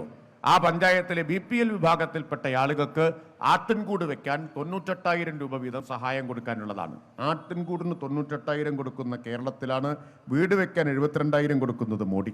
എന്നിട്ട് എന്താ BJP-ക്കാർ പറയുന്നത്? ഇതെല്ലാം മോഡിയുടെ വീടാണ് എന്നാണ്. 72,000 രൂപ കിട്ടണമെങ്കിലോ, 72,000 രൂപ കിട്ടണമെങ്കിൽ ഒരു ലേബൽ ഒട്ടിക്കണം, PMAY എന്ന്. അതും പോരാ, ഒരു ചിത്രം ഒട്ടിക്കണം, അല്ലേ? 4 ലക്ഷം രൂപ നമ്മൾ കൊടുത്തിട്ട് ഇന്നേ വരെ എവിടെയെങ്കിലും പിണറായി വിജയന്റെ ചിത്രം ആ വീട്ടിൽ ഇട്ടാലേ പൈസ തരൂ എന്ന് പറഞ്ഞിട്ടുണ്ടോ? അപ്പൊ കേരളം ഒരു കാര്യം കേന്ദ്രത്തോട് പറഞ്ഞു, നിങ്ങൾ തരുന്ന 72,000 രൂപയ്ക്ക് ഒരു വീട്ടിലും ഒരു ചിത്രവും ലേബലും ഒട്ടിച്ചു വെക്കാനാവില്ല. കാരണം വീട് കിട്ടുന്നവരുടെ അവകാശമാണ്, സർക്കാർ കൊടുക്കുന്ന ഔദാര്യമല്ല എന്നതാണ് കമ്മ്യൂണിസ്റ്റുകാരുടെ നിലപാട്. ഇടതുപക്ഷത്തിന്റെ നിലപാടതാണ്. നമ്മൾ വീട് കൊടുക്കുന്നു എന്ന് പറഞ്ഞാൽ ഞങ്ങൾ കാണുന്നില്ല പിണറായി വിജയൻ കൊടുക്കുന്ന ഔദാര്യം, ഇടതുപക്ഷം കൊടുക്കുന്ന ഔദാര്യം അല്ല. അത് ആ വീട് കിട്ടുന്ന മനുഷ്യരുടെ അവകാശം എന്ന നിലയിലാണ് നമ്മൾ അതിനെ കാണുന്നത്. അതുകൊണ്ട് തന്നെ ഒരു വീടിന്റെയും മുന്നിൽ ഒരു ചിത്രവും ഒട്ടിച്ചു വെക്കാൻ പറ്റില്ല. എങ്കിൽ പണം തരില്ല എന്ന് മോദി. പണം തന്നില്ലെങ്കിലും ആത്മാഭിമാനം പണയപ്പെടുത്തുന്ന പ്രശ്നമില്ല എന്ന് കേരളത്തിലെ ഗവൺമെന്റ്, ഇടതുപക്ഷ ഗവൺമെന്റ്. ഇവര് തന്നിട്ടല്ലല്ലോ നമ്മൾ 4 ലക്ഷം റുപ്യ വെച്ച് കൊടുത്തത്, ആണോ? ആകെ തരുന്നത് എത്ര? 72,000. എത്ര ആൾക്ക് തന്നു? 33,000. നമ്മൾ കൊടുക്കുന്നത് എത്ര? 4 ലക്ഷം. എത്ര പേർക്ക് കൊടുത്തു? 5,18,000 പേർക്ക് കൊടുത്തു. 4,22,000 പേര് വീട് പണി പൂർത്തിയാക്കി. 4,22,000 പേർ നേരത്തെ സ്വന്തമായി വീടില്ലാത്തവർ ഇപ്പോൾ ഒരു വീടിന്റെ അടച്ചുറപ്പിന് കീഴിൽ, സുരക്ഷിതത്വത്തിന് കീഴിൽ സന്തോഷത്തോടെ സമാധാനത്തോടെ ജീവിക്കുകയാണ് കേരളത്തിൽ. ഇന്ത്യയിൽ ഏത് സംസ്ഥാനത്താണ് വീട് വെക്കാൻ 4 ലക്ഷം കൊടുക്കുന്നത്? ഏത് സംസ്ഥാനത്താണ് കൊടുക്കുന്നത്? കോൺഗ്രസ് ഭരിക്കുന്ന കർണാടകയിലുണ്ടോ? BJP ഭരിക്കുന്ന ഉത്തർപ്രദേശിലോ മധ്യപ്രദേശിലോ ഉണ്ടോ? ഇന്ത്യയിൽ ഒരു സംസ്ഥാനത്തും കേരളം കൊടുക്കുന്ന അത്ര വലിയ തുക വീട് വെക്കാൻ കൊടുക്കുന്നില്ല. അതാണ് കേരളത്തിന്റെ ബദൽ എന്ന് പറയുന്നത്. അതാണ് കേരളത്തിന്റെ ബദൽ, ഇടതുപക്ഷ ബദൽ എന്ന് പറയുന്നത് അതാണ്. ഏത് സംസ്ഥാനത്താണ് ലക്ഷക്കണക്കിന് വീടുകൾ ഒരുമിച്ച് വെച്ചു കൊടുത്തിട്ടുള്ളത്? ഇനിയും കിട്ടാനുണ്ട്, അത് വേറെ കാര്യം. ഇനിയും നമ്മൾ കൊടുക്കാനുണ്ട് വീടുകൾ. 72,000 വെച്ചാണെങ്കിൽ എല്ലാവർക്കും കൊടുക്കാൻ പറ്റുമായിരുന്നു. വെറും 72,000 വെച്ചാണെങ്കിൽ ഇപ്പൊ ലിസ്റ്റിലുള്ള മുഴുവൻ ആളുകൾക്കും വീട് കൊടുക്കാം. പക്ഷെ കൊടുക്കുന്നത് 4 ലക്ഷമാണല്ലോ. എത്ര രൂപയാണ് ചെലവാക്കിയതെന്ന് അറിയാമോ? 18,080 കോടി രൂപ. 18,080 കോടി രൂപയാണ് വീട് വെച്ചു കൊടുക്കാൻ വേണ്ടി മാത്രം സംസ്ഥാന സർക്കാർ ഖജാനാവിൽ നിന്ന് ചെലവാക്കിയിട്ടുള്ളത്. ഇന്ത്യയിൽ ഏത് സംസ്ഥാനത്ത് ചെലവാക്കി? ഇനി വേറൊന്നെടുക്കാം, പെൻഷൻ. 62 ലക്ഷം പേർക്ക് പെൻഷൻ കൊടുക്കുന്നത്. എത്രയാണ് പെൻഷൻ തുക? 1,600. 1,600 പേർക്ക്, അല്ല 1,600 രൂപ വീതം 62 ലക്ഷം പേർക്ക് നാം പെൻഷൻ കൊടുക്കുന്നു. ഒരു കൊല്ലം പെൻഷൻ കൊടുക്കാൻ വേണ്ടി മാത്രം ചെലവാക്കുന്ന തുക എത്രയാണ്? 11,000 കോടി. 11,000 കോടിയാണ് ഒരു വർഷം പെൻഷൻ കൊടുക്കാൻ വേണ്ടി മാത്രം ചെലവഴിക്കുന്ന തുക. വീട് വെക്കാൻ വേണ്ടി മാത്രം ചെലവഴിച്ച തുക 18,080 കോടി. ഇങ്ങനെയാണ് ജനങ്ങളുടെ ആവശ്യങ്ങൾ നിറവേറ്റിക്കൊണ്ടിരിക്കുന്നത് ഈ ഗവൺമെന്റ്. മോഡി കൊടുക്കുന്ന പെൻഷൻ എത്രയാണ്? 200 രൂപ, അല്ലേ? പിന്നെ 500 കിട്ടും ആർക്ക്? 80 വയസ്സ് കഴിഞ്ഞാൽ. 80 വയസ്സ് കഴിഞ്ഞാൽ 500, മിനിമം 200. നമ്മളോ 60 വയസ്സ് കഴിഞ്ഞ മുഴുവൻ ആളുകൾക്കും 1,600, അല്ലേ? 1,600 അല്ലേ? ചിലരൊക്കെ തലയാട്ടുന്നുണ്ട്, പക്ഷെ കണ്ടിട്ട് പെൻഷൻ വാങ്ങാനുള്ള പ്രായമായും തോന്നുന്നില്ല അല്ലേ? കണ്ടിട്ട് ചെറുപ്പക്കാരാണ്, പക്ഷെ തലയാട്ടുന്നത്. അവർക്കും അറിയാം അവരുടെ വീട്ടിൽ പെൻഷൻ കിട്ടുന്ന ആളുകൾ ഉണ്ടാവും, വീട്ടിൽ പെൻഷൻ കിട്ടുന്നവരുണ്ടാവും. 11,000 കോടിയാണ് നമ്മൾ ചെലവഴിക്കുന്നത്. അതിൽ ചില സാമൂഹ്യ വിരുദ്ധ ശക്തികളുണ്ട്. ഇപ്പൊ നമ്മൾ കണ്ടെത്തിയല്ലോ 1458 പേർ വേറെ സർക്കാർ പെൻഷൻ വാങ്ങുന്ന ആൾക്കാർ പെൻഷൻ വാങ്ങുന്നുണ്ട്, അനർഹരായ ആളുകളുണ്ട് എന്ന് കണ്ടെത്തി. അവരെയൊന്നും വെറുതെ വിടില്ല. അതിന്റെ പേരിൽ പെൻഷൻ അട്ടിമറിക്കാനും അനുവദിക്കില്ല. ഇപ്പൊ 1600 കൊടുക്കുന്നത്. 1600 കൊടുത്താൽ പോരാ എന്നാണ് സർക്കാർ നിശ്ചയിച്ചിട്ടുള്ളത്. അത് ഇനിയും കൂട്ടണം എന്നതാണ് LDF സർക്കാരിന്റെ നിലപാട്. 1600 ഇനിയും കൂട്ടണം എന്നതാണ്. ഇടയ്ക്ക് കുറച്ചു കാലം മുടക്കം വന്നിട്ടുണ്ട് അല്ലെ? 4-5 മാസത്തെ മുടക്കം വന്നു. ആ മുടക്കം വന്നതിൽ 2 മാസത്തെ കിട്ടിയില്ലേ? 2 മാസത്തെ കിട്ടി, ബാക്കിയുള്ളതും കൊടുക്കും. ഒരു കാര്യം ഗവൺമെന്റ് തീരുമാനിച്ചിട്ടുണ്ട്, കേന്ദ്ര ഗവൺമെന്റ് നമ്മുടെ കഴുത്തിന് പിടിക്കുകയാണ്, നമ്മളെ ശ്വാസം മുട്ടിച്ചുകൊണ്ടിരിക്കുകയാണ്. തരാനുള്ള പൈസ തരുന്നില്ല, കടം വാങ്ങാൻ അനുവദിക്കുന്നില്ല. ഈ ഞെരുക്കവും ബുദ്ധിമുട്ടും ഒക്കെ ഉണ്ടെങ്കിലും ഒരു കാര്യം നമ്മൾ തീരുമാനിച്ചിട്ടുണ്ട്, നാട്ടുകാർക്ക് കൊടുക്കാനുള്ള പെൻഷനും ലൈഫിന്റെ കാശും അത് കൊടുക്കാതെ വേറൊരു കാര്യവും നടത്തില്ല എന്ന് തീരുമാനിച്ചിട്ടുണ്ട്. ആദ്യത്തെ മുൻഗണന അതിനായിരിക്കും. നാട്ടുകാർക്ക് കൊടുക്കാനുള്ളത് കൊടുക്കുക, അത് കഴിഞ്ഞിട്ട് ഉള്ള കാശ് കൊണ്ട് ബാക്കി കാര്യങ്ങൾ ചെയ്യും. എന്നിട്ടും ധാരാളം കാര്യങ്ങൾ ചെയ്തിട്ടുണ്ട്. ഇപ്പൊ നാഷണൽ ഹൈവേ 45 മീറ്ററിൽ അതിവിശാലമായിട്ട് കാസർഗോഡ് നിന്ന് തിരുവനന്തപുരത്തേക്ക് വരികയാണ്. 6 മണിക്കൂർ കൊണ്ട്. ഇപ്പൊ 15 മണിക്കൂർ യാത്ര ചെയ്യുന്ന ദൂരം 2025 ഡിസംബർ ആവുമ്പോഴേക്കും, എന്ന് പറഞ്ഞാൽ കഷ്ടിച്ചൊരു കൊല്ലമാവുമ്പോഴേക്കും നാഷണൽ ഹൈവേയുടെ പണി മുഴുവൻ കഴിയും. അത് കഴിയുമ്പോൾ 15 മണിക്കൂർ യാത്രാ ദൂരം 6 മണിക്കൂറായിട്ട് കുറയും. കേരളത്തിന്റെ ഒരറ്റത്ത് നിന്ന് മറ്റേ അറ്റത്തേക്ക് എത്താൻ കേരളം തിരിച്ചറിയാൻ കഴിയാത്ത തരത്തിൽ മാറും. അത്ഭുതകരമായ മാറ്റം, കേരളത്തിന്റെ മുഖച്ഛായ മാറും. അതാണ് നാഷണൽ ഹൈവേ. പിന്നെയോ മലയോര ഹൈവേ, മലയോരത്തുകൂടി. ഇപ്പൊ നമ്മൾ വന്നത് മലയോര ഹൈവേ, പിന്നെ അപ്പുറത്ത് തീരദേശ ഹൈവേ, തീരദേശത്തുകൂടി. അതായത് 3 ഹൈവേ ആണ്. അണ്ണാന്റെ പുറത്ത് വരച്ച വരയില്ലേ, അതുപോലെ 3 ഹൈവേ ആണ്. നടുവിലൂടെ ദേശീയപാത, തീരദേശത്തുകൂടി തീരദേശ ഹൈവേ, മലയോരത്തുകൂടി മലയോര ഹൈവേ. കേരളത്തിന്റെ മുഖച്ഛായ മാറ്റുന്ന പദ്ധതികളാണ്. ഈ സാമ്പത്തിക ഞെരുക്കമൊക്കെ ഉണ്ടായിട്ടും ഇടുക്കിയിലേക്കുള്ള റോഡ് ഇത്ര ഗംഭീരമായി ആളുകൾ അറിഞ്ഞത് എങ്ങനെയാണ്? അരിക്കൊമ്പനെ കൊണ്ടുപോയപ്പോഴല്ലേ അറിഞ്ഞത്. അരിക്കൊമ്പനെയും കൊണ്ട് ലോറി പോയപ്പോ ടെലിവിഷൻ ക്യാമറക്കാർക്ക് അത് കാണിക്കേണ്ടി വന്നു. അതുവരെ അവർ കാണിക്കാതെ രഹസ്യമാക്കി വെച്ച കാര്യമായിരുന്നു കേരളത്തില് ഇങ്ങനെയുള്ള റോഡുകളൊക്കെ ഉണ്ട് എന്നത്. അരിക്കൊമ്പന്റെ നേരെ ക്യാമറ പിടിച്ചപ്പോൾ അറിയാതെ എന്ത് വന്നു? ഈ റോഡ് കൂടി അതിൽ വന്നു. അപ്പോഴാണ് കേരളത്തിൽ ഇത്ര നല്ല റോഡുകളുണ്ട് എന്ന് നാട്ടുകാർ മനസ്സിലാക്കി. 4,22,000 വീട് കൊടുത്തു എന്നത് നമ്മുടെ പത്രക്കാരും ജനങ്ങളോട് പറഞ്ഞിട്ടില്ല കേട്ടോ. നല്ലൊരു കാര്യവും ഇവർ പറയില്ല. നല്ല ഒരു കാര്യവും ഇവർ ജനങ്ങളോട് പറയാറില്ല. ഒറ്റ ദിവസം നമ്മൾ 20,000 വീടിന്റെ താക്കോൽദാനം നടത്തി. 20,000 വീടിന്റെ കൊല്ലത്ത് വെച്ചാണ് നടത്തിയത്. മുഖ്യമന്ത്രി പങ്കെടുക്കുന്ന ഒരു പരിപാടി. അന്ന് കേരളത്തിലാകെ 20,000 പുതിയ വീടുകളുടെ താക്കോൽദാനം നടത്തുക. ഞാൻ പിറ്റേ ദിവസം പത്രം എടുത്തു, ഒരു വരി വാർത്തയില്ല. അപ്പൊ ഒരാൾ എന്നോട് പറഞ്ഞു, മുഖ്യമന്ത്രിയെ കൊണ്ടുവന്നതിനൊപ്പം നിങ്ങൾ അരിക്കൊമ്പനെ കൂടി കൊണ്ടുവന്നാൽ ചിലപ്പോൾ വാർത്ത വന്നിട്ടുണ്ടാവും എന്ന് പറഞ്ഞു. അതിന്റെ പിന്നാലെയാണ് മാധ്യമങ്ങൾ മുഴുവൻ. ഈ സർക്കാർ ചെയ്യുന്ന നല്ല കാര്യങ്ങളൊന്നും ജനങ്ങളിലേക്ക് എത്തരുത് എന്ന നിർബന്ധം ആർക്കുണ്ട്? ഈ മാധ്യമങ്ങൾക്ക് എല്ലാവർക്കും ഉണ്ട്. ഇതൊന്നും ജനങ്ങളിൽ എത്താതിരിക്കാനാണ് അവർ ജാഗ്രത കാണിക്കുന്നത്. അവർക്ക് എന്തിലാണ് താല്പര്യം? വിവാദങ്ങളിൽ മാത്രമാണ് താല്പര്യമുള്ളത്. വിവാദങ്ങളിൽ മാത്രം.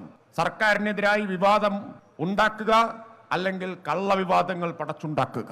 ഇതാണ് ഈ മാധ്യമങ്ങൾ ചെയ്തുകൊണ്ടിരിക്കുന്നത്. ഇവർ പറഞ്ഞിട്ടുണ്ടോ കേരളത്തിന്റെ 1,07,500 കോടി രൂപ 7 കൊല്ലം കൊണ്ട് മോദി ഗവൺമെന്റ് തരാതെ വെട്ടി ചുരുക്കി എന്ന കാര്യം പറഞ്ഞിട്ടുണ്ടോ? 1,07,500 കോടി രൂപയാണ് 7 വർഷം കൊണ്ട് കേരളത്തിന് അവകാശപ്പെട്ട തുക നമുക്ക് നൽകാതിരുന്നത്. ആ 1,07,500 കോടി നമുക്ക് കിട്ടിയെങ്കിലത്തെ സ്ഥിതി എന്താ? കേരളത്തെ സ്വർഗമാക്കിയിട്ടുണ്ടാവും. അതിനെതിരെയാണ് നമ്മൾ സുപ്രീം കോടതിയിൽ കേസ് കൊടുത്തിട്ടുള്ളത്. അതിനെതിരായിട്ടാണ്. പഴയ അമ്മാവന്മാരില്ലേ, ഇവിടെയൊക്കെ ഉണ്ടെന്നറിയില്ല, ഇവിടെയൊക്കെ നല്ല അമ്മാവന്മാരാണെന്ന് തോന്നുന്നു. ഞങ്ങളുടെയൊക്കെ നാട്ടിൽ പഴയ കാലത്ത് എങ്ങനെയെന്ന് വെച്ചാൽ അമ്മാവന്മാരുണ്ട്, മരുമക്കത്തായാണ്.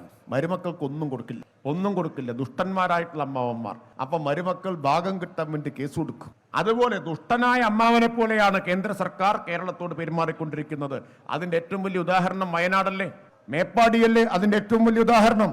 ഒരു ദിവസം രാത്രി ഭക്ഷണം കഴിച്ച് പതിവ് പോലെ ഉറങ്ങാൻ കിടന്ന ആളുകൾ പിറ്റേ ദിവസം കണ്ണു തുറന്നില്ല എന്ന് മാത്രമല്ല, ഒരു പ്രദേശം ഭൂമിയിൽ നിന്നും തന്നെ തുടച്ചു നീക്കപ്പെട്ടു. ഒരു പ്രദേശം, ആയിരക്കണക്കിന് വീടുകൾ, കെട്ടിടങ്ങൾ, മരങ്ങൾ, എല്ലാം, മൃഗങ്ങൾ, ജീവികൾ ഒന്നുമില്ലാതെ തുടച്ചെടുത്തതുപോലെ ഒരു പ്രദേശത്തെ ഉരുളെടുത്തു കൊണ്ടുപോയി. ഇല്ലേ? ഹൃദയഭേദകമായ ദുരന്തം. ഇന്ത്യയുടെ ചരിത്രത്തിലെ തന്നെ ഏറ്റവും വലിയ ദുരന്തങ്ങളിലൊന്ന്. നമ്മളെല്ലാം എന്ത് ചെയ്തു? കിട്ടിയതെല്ലാം സംഭാവനയായി കൊടുത്തില്ലേ? കിട്ടിയതെല്ലാം സംഭാവനയായി കൊടുത്തു. ഞാൻ തന്നെ നൂറുകണക്കിന് ആളുകളിൽ നിന്നുള്ള സംഭാവനകൾ വാങ്ങി. ഒരു മാസത്തെ പെൻഷൻ ഇല്ലായ്മകളുടെയും വല്ലായ്മകളുടെയും കഷ്ടപ്പാടുകളുടെയും എല്ലാം നടുവിലും സർക്കാർ തരുന്ന പെൻഷൻ ഇതാ മുഖ്യമന്ത്രിയുടെ ദുരിതാശ്വാസ നിധിയിലേക്ക് ഞാൻ സംഭാവന ചെയ്യുന്നു എന്ന് പറഞ്ഞ എത്രയോ മുതിർന്ന പ്രായം ചെന്ന മനുഷ്യരുണ്ട്. കൊച്ചുകുട്ടികൾ അവരുടെ കുടുക്കയിലെ സമ്പാദ്യം കുടുക്ക പൊട്ടിച്ച് മുഖ്യമന്ത്രിയുടെ ദുരിതാശ്വാസ നിധിയിലേക്ക് തന്നിട്ടുണ്ട്, ഇല്ലേ? ഡിവൈഎഫ്ഐയുടെ പ്രവർത്തകർ 20 കോടി രൂപയാണ് ജനങ്ങളിൽ നിന്ന് സമാഹരിച്ചത്. 20 കോടി രൂപ. കയ്യിൽ കിടക്കുന്ന വളയും കാതിൽ കിടക്കുന്ന കമ്മലുമെല്ലാം അതിലേക്ക് ഊരി സംഭാവന ചെയ്തവരുണ്ട്. പഴയ കൗമുദി ടീച്ചറെ പോലെ സ്വാതന്ത്ര്യ സമരകാലത്ത് മഹാത്മാഗാന്ധി വന്നപ്പോ കയ്യിലുള്ള ആഭരണങ്ങൾ മുഴുവൻ ഊരി ഗാന്ധിജിയെ ഏൽപ്പിച്ച കൗമുദി ടീച്ചറെ പോലെ അനേകം പേർ മേപ്പാടിയിലെ ദുരിതബാധിതരായിട്ടുള്ള മനുഷ്യരെ സഹായിക്കാൻ തങ്ങളുടെ കയ്യിലും കഴുത്തിലും കാതിലുമുള്ള ആഭരണങ്ങൾ സംഭാവന ചെയ്തു. അപ്പൊ പറഞ്ഞു, മോദി വരുന്നു വയനാട്ടിലേക്ക്. എല്ലാ കണ്ണുകളും വയനാട്ടിൽ. മോദി വന്നു, ആർഭാടമായിട്ട് മോദി വന്നു. മേപ്പാടിയിലെ ദുരന്ത മേഖലകളിൽ മുഴുവൻ സന്ദർശനം നടത്തി. ദുരിതാശ്വാസ ക്യാമ്പിൽ പോയി. അവിടെ ആദ്യം കണ്ട ഒരു കൊച്ചുകുട്ടിയെ വാരിയെടുത്തു. ആ കുഞ്ഞിനെ ലാളിച്ചു. ഇടയ്ക്കിടയ്ക്ക് മോദി ഒളികണ്ണിട്ട് നോക്കി, ക്യാമറ ശരിക്കെടുക്കുന്നുണ്ടല്ലോ അല്ലെ, വേണ്ടത്ര ഫോട്ടോ എടുത്തു എന്നുറപ്പായപ്പോ കുഞ്ഞിനെ തിരിച്ചമ്മയെ ഏൽപ്പിച്ച് മോദി എവിടേക്ക് കയറി? ഡൽഹിയിലേക്ക് കയറി. മാസം 3 കഴിഞ്ഞു. ചില്ലിക്കാശ് ഇന്നേ വരെ സഹായം കിട്ടിയിട്ടില്ല. ഉണ്ടോ? ചില്ലിക്കാശ് സഹായം തന്നോ? അതേസമയം ആർക്കെല്ലാം കൊടുത്തു?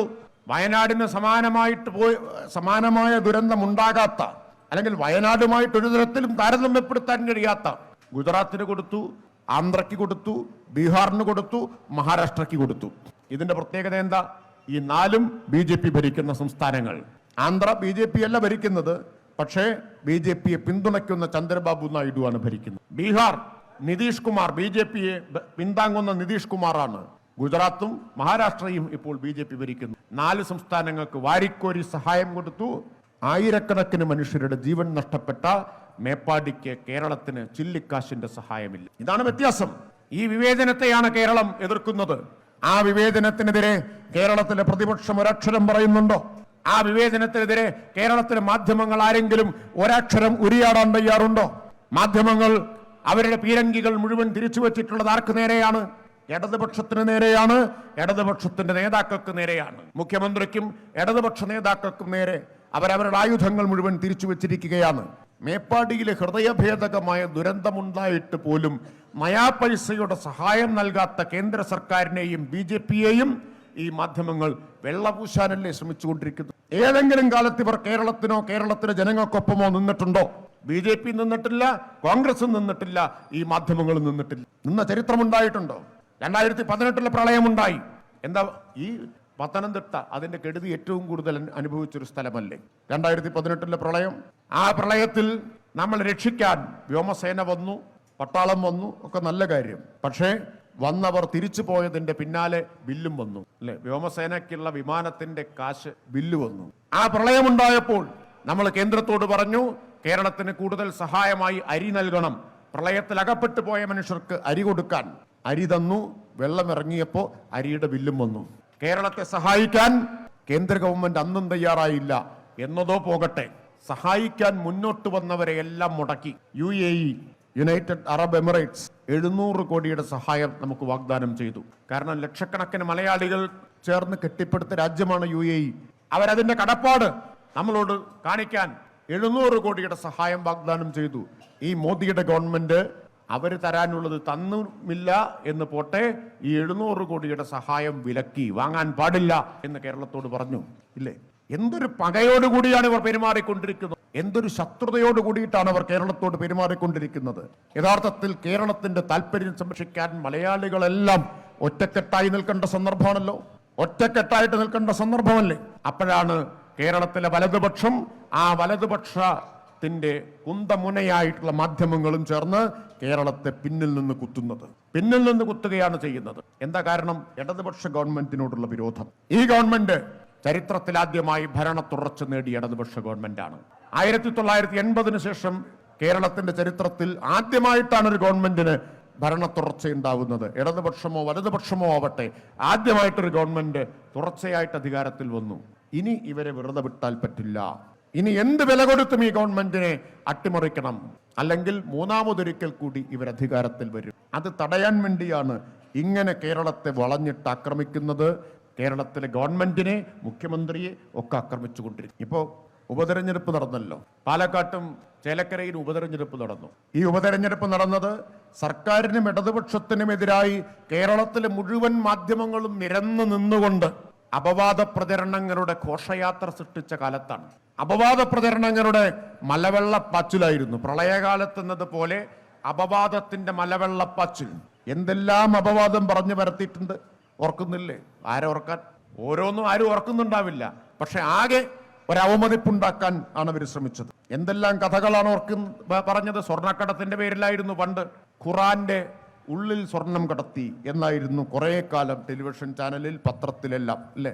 ഖുറാന്റെ ഉള്ളിൽ സ്വർണം കടത്തി. പിന്നെന്താ പറഞ്ഞത്? ഈന്തപ്പഴത്തിന്റെ ഉള്ളിൽ സ്വർണം കടത്തി. അവസാനം ഈന്തപ്പഴം മുഴുവൻ തുരന്നു നോക്കിയപ്പോൾ കുരുവല്ലാതെ വേറൊന്നും അതിന്റെ ഉള്ളിൽ നിന്ന് കിട്ടി. ഇ ഡി പോയ വഴിക്ക് പുല്ല് മുളച്ചോ? ഇ ഡി, CBI, പിന്നാരൊക്കെ ആയിരുന്നു? ആരാ വരാ? NIA. ആരെങ്കിലും വരാൻ ബാക്കിയുണ്ടോ കേരളത്തിൽ? കേരളം മുഴുവൻ അരിച്ചു പെറുക്കിയില്ലേ ഇവര്?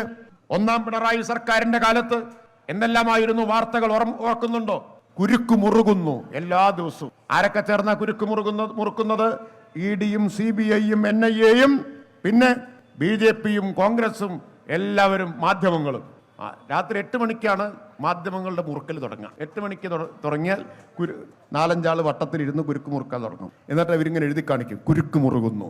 ജലീലിന് കുരുക്ക് മുറുകുന്നു ഒരു ദിവസം, വേറെ ദിവസം വേറെ ആളുടെ പേര് കുരുക്ക് മുറുകുന്നു. കുരുക്ക് മുറുക്കിയവരുടെ കൈ തഴമ്പിച്ചു എന്നല്ലാതെ ഒരു പോറലും കേരളത്തിൽ ഇടതുപക്ഷത്തെ ഏൽപ്പിക്കാൻ കഴിഞ്ഞോ? കഴിഞ്ഞില്ലല്ലോ. കേരളത്തിൽ ഇടതുപക്ഷ സർക്കാരിലെ ഏതെങ്കിലും ഒരു മന്ത്രിക്കെതിരായി ഒരു കേസെങ്കിലും കൊണ്ടുവരാൻ അവർക്ക് കഴിഞ്ഞോ? അപവാദം പറഞ്ഞ് പ്രചരിപ്പിച്ചു എന്നല്ലാതെ. എന്നിട്ട് അവർ നിർത്തിയോ? നിർത്തിയില്ല. പിന്നെന്തൊക്കെ പ്രചരിപ്പിച്ചു? ബിരിയാണി ചെമ്പിൽ സ്വർണം കടത്തി എന്ന് പ്രചരിപ്പിച്ചു, ഇല്ലേ? ഓർക്കുന്നില്ലേ? ബിരിയാണി ചെമ്പിൽ സ്വർണം കടത്തി, കൈതൊപ്പിലെ പായയിൽ പണം കെട്ടി പൊതിഞ്ഞു കൊണ്ടുപോയി. എന്തെല്ലാം അപവാദങ്ങളാണ് ഇവർ പറഞ്ഞു കൂട്ടിയിട്ടുള്ളത്. കയ്യും കണക്കുണ്ടോ? വല്ല കയ്യും കണക്കുണ്ടോ? അതെല്ലാം കഴിഞ്ഞു. ഇപ്പോ കോടതിയുടെ മുമ്പിൽ ED യും CBI യും നിന്ന് വേർക്കുകയാണ്. സുപ്രീം കോടതി ചോദിച്ചു, തെളിവിന്റെ കണിക പോലുമില്ലാതെ ഈ കീറക്കടലാസുമായിട്ട് നിങ്ങൾ എന്തിനാണ് ഇവിടെ വന്നിരിക്കുന്നത് എന്ന് ED യോട് ചോദിക്കുകയാണ്. മിണ്ടാട്ടമില്ല.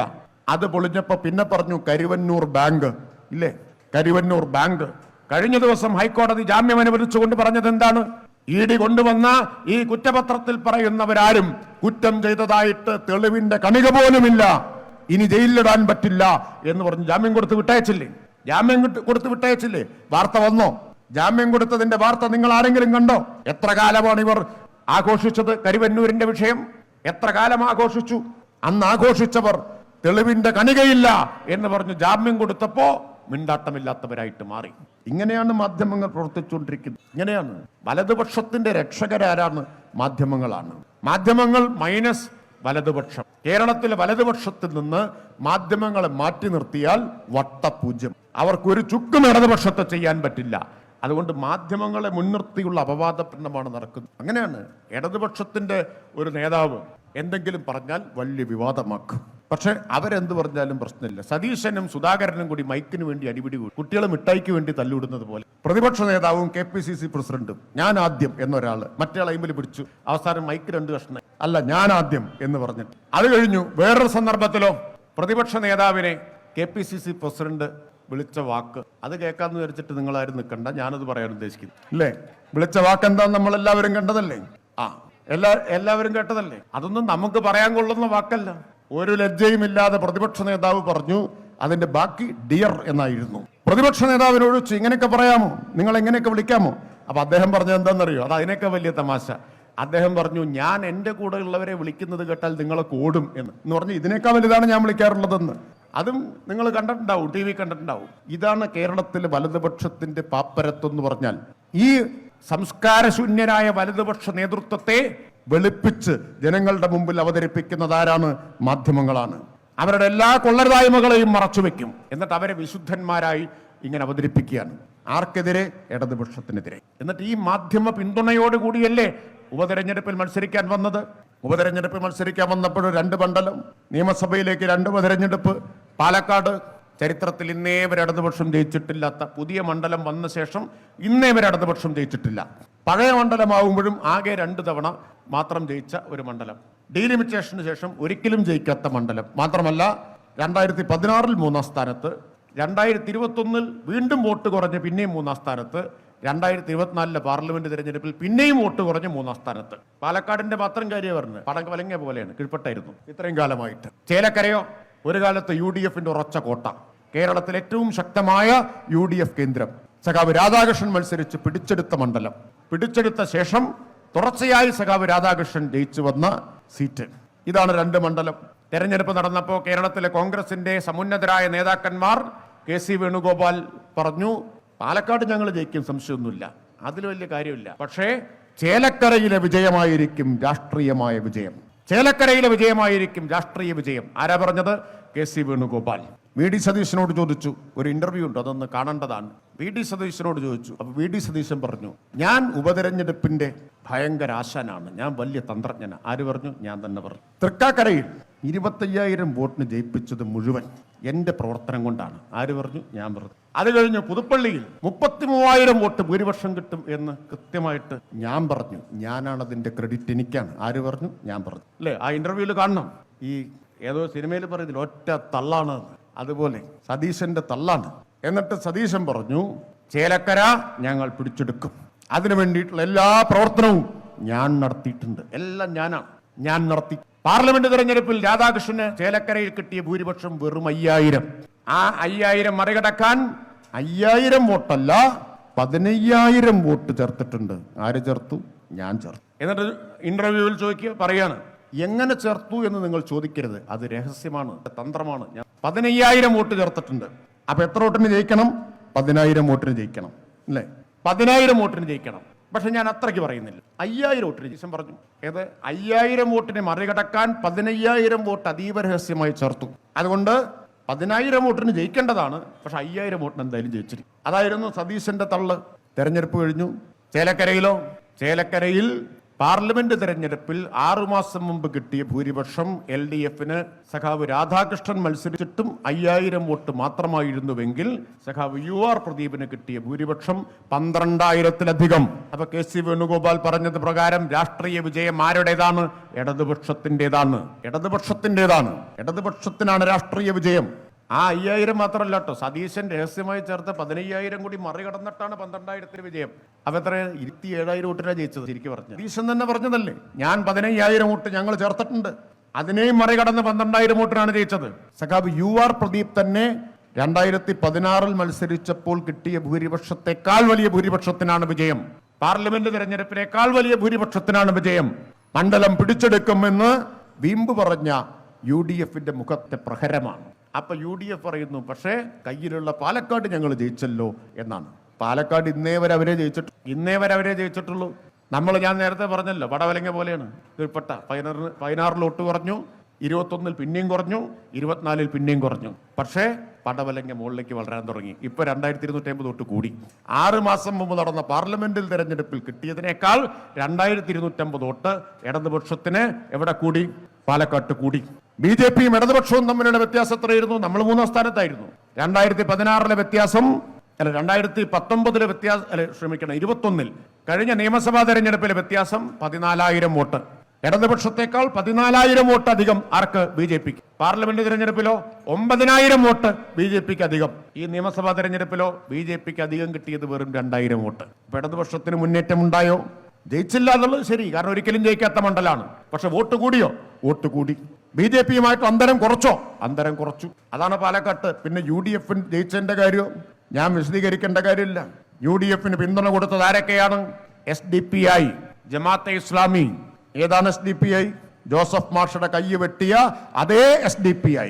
വീടിന്റെ വാതിലുകൾ ചവിട്ടിപ്പൊളിച്ചകത്ത് കയറി ഭാര്യയുടെയും മക്കളുടെയും നൊന്തുപെറ്റ അമ്മയുടെയും കൺമുന്നിലിട്ട് മനുഷ്യരെ വെട്ടിനുറുക്കിക്കൊല്ലുന്ന അതേ SDPI എന്ന മതതീവ്രവാദ സംഘടന UDFന്റെ പിന്തുണ പ്രഖ്യാപിച്ചപ്പോ ഒരു മനസാക്ഷിക്കുത്തുമില്ലാതെ ആ പിന്തുണ UDF സ്വീകരിച്ചു. ഇടതുപക്ഷത്തിന് മാത്രമേ SDPIയുടെ വോട്ട് ഞങ്ങൾക്ക് വേണ്ട എന്ന് പറയാനുള്ള തന്റെ ഇടമുണ്ടായിട്ടുള്ളൂ. ഓർക്കണം, RSSന്റെ വോട്ടും വേണ്ട, SDPIയുടെ വോട്ടും വേണ്ട, രണ്ടും ഒരു നാണയത്തിന്റെ ഇരുവശങ്ങളാണ് എന്ന് പറഞ്ഞത് ഇടതുപക്ഷമാണ്. RSS മതരാഷ്ട്രവാദികളാണെങ്കിൽ അതുപോലെ തന്നെ മതരാഷ്ട്രം ഉണ്ടാക്കാൻ വടിവാളും ആയുധവുമായിട്ട് നടക്കുന്നവരാണ് SDPI. രണ്ട് കൂട്ടരുടെയും വോട്ട് ഞങ്ങൾക്ക് വേണ്ട എന്ന തത്വാധിഷ്ഠിതമായിട്ടുള്ള ധീരമായ നിലപാട് ഇടതുപക്ഷം സ്വീകരിച്ചു. SDPIയുടെ വോട്ട് വേണ്ട എന്ന് പറയോ എന്നൊരു ചോദ്യം UDFന്റെ സ്ഥാനാർത്ഥിയോട്, ഇവിടുത്തുകാരനാ അല്ലേ, ഇവിടത്തുകാരനാണ്, പാലക്കാട്ടെ സ്ഥാനാർത്ഥിയോട് ഇലക്ഷൻ സമയത്ത് ചോദിച്ചു. ആ TV-യിൽ നിങ്ങളത് കണ്ടിട്ടുണ്ടോ എന്ന് എനിക്കറിയില്ല, ഒരു വീഡിയോ വന്നിട്ട് അറിയാതെ ചോദിച്ചതായിരിക്കും. ചോദിച്ചു SDPIയുടെ വോട്ട്. അപ്പോൾ സ്ഥാനാർത്ഥി എന്ത് ചെയ്തെന്ന് അറിയോ? അടുത്തിരിക്കുന്ന ആളുടെ കയ്യിൽ നിന്ന് ഒരു ബെന്ന് വാങ്ങിയിട്ട് വായിൽ. അപ്പൊ മറുപടി പറയണ്ടല്ലോ. ബെന്ന് ചവച്ച് കഴിഞ്ഞപ്പോൾ വീണ്ടും ചോദിച്ചു SDPIയുടെ വോട്ട് വേണ്ടെന്ന് അറിയോ? അപ്പൊ സ്ഥാനാർത്ഥി ചൂടുള്ളൊരു കട്ടൻ ചായ വാങ്ങി ആ കട്ടൻ ചായ കുടിച്ചു. എന്നിട്ട് പറഞ്ഞു കട്ടൻ ചായക്ക് ഭയങ്കര. ഇതിന് മാത്രം മറുപടി പറയുന്നില്ല. മറുപടി പറഞ്ഞില്ലല്ലോ. ഒരു സിനിമയിൽ ഇന്നസെന്റ് പോയി വരുന്നുണ്ട്, ഒരു വഴിക്ക് പോയി വരുമ്പോൾ ഭാര്യയായ KPSC ഉള്ളത് ചോദിക്കും പോയ കാര്യം എന്തായി. അപ്പൊ ഇന്നസെന്റ് കുറച്ച് വെള്ളമെടുത്ത് മുഖം കഴുകുമ്പോൾ കാര്യം പറയും. അപ്പൊ ഭാര്യ വീണ്ടും ചോദിക്കും പോയ കാര്യം എന്തായി. അപ്പൊ എന്ത് ചെയ്യും? തോർത്ത് വാങ്ങിയിട്ട് മുഖം തുടയ്ക്കും. അപ്പൊ വീണ്ടും കറയും. അപ്പോഴും കാര്യം മനസ്സിലാവുന്നില്ല. അവസാനം പറഞ്ഞാൽ അത് തന്നെ പോയ കാര്യം. അതുപോലെ SDPIയുടെ വോട്ട് വേണ്ടാന്ന് പറയോ?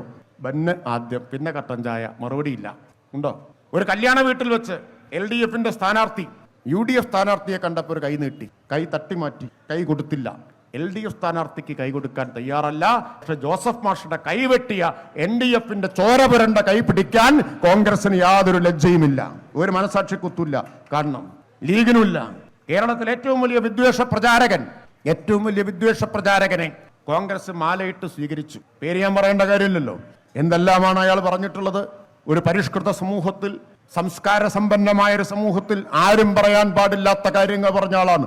ഒരു 3,000 എണ്ണത്തിന്റെ കഴുത്തിൽ, ആരുടെ? ന്യൂനപക്ഷങ്ങളുടെ കഴുത്തിൽ ടയറിട്ട് കത്തിച്ചു കൊല്ലണമെന്ന് പറഞ്ഞ വംശഹത്യയുടെ ആഹ്വാനം നടത്തിയ വിദ്വേഷ പ്രചാരകനെ കോൺഗ്രസ് കൊണ്ടുപോയി ഖദർ ഷാൾ അണിയിച്ച് സ്വീകരിച്ചു. കോൺഗ്രസിൽ ചേർന്നതിന്റെ പിറ്റേ ദിവസം അയാൾ പറഞ്ഞു RSSന്റെ കാര്യാലയം ഉണ്ടാക്കാൻ എന്റെ തറവാടിന്റെ സ്വത്ത് കൊടുക്കും എന്ന്. ഏത്? കോൺഗ്രസ് ആയ ശേഷം സുധാകരൻ പറഞ്ഞു RSSന്റെ ശാഖയ്ക്ക് ഞാൻ കാവൽ നിന്നവനാണ്.